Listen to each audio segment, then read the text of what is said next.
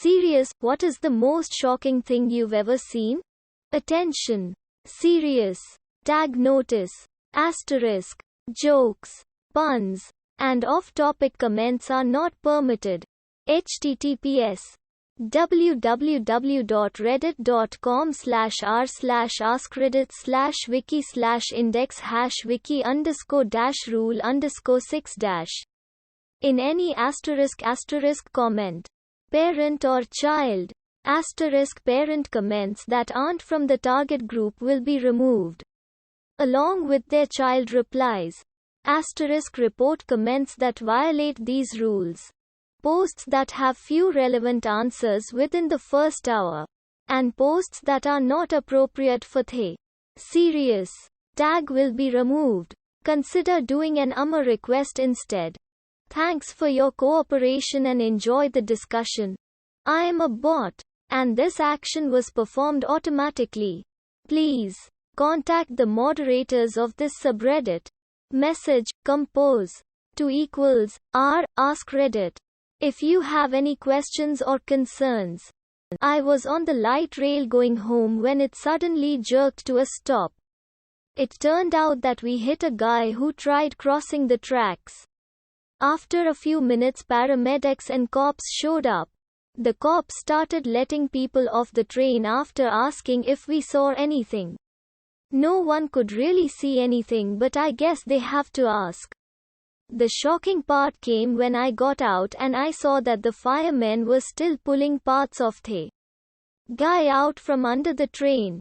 Went to visit my grandfather and found him lying in his front doorway covered in blood and barely conscious. I had dealt with emergency situations before, but this made me freeze up. Managed to tell my wife not to get our son out of the car and to get his neighbor, a nurse. Then called an ambulance and tried my best to make him comfortable. Doctor at the hospital said a heart issue made him collapse and there was no saving him once that had happened, but he laid alone through the night and halfway through the next day conscious but unable to move. It's been 3 years and I still feel guilty for not visiting sooner and wonder if I had done things differently, would he still be here? I still think about going to visit him or calling him before remembering he's gone, and every time I think about him, that is what I see.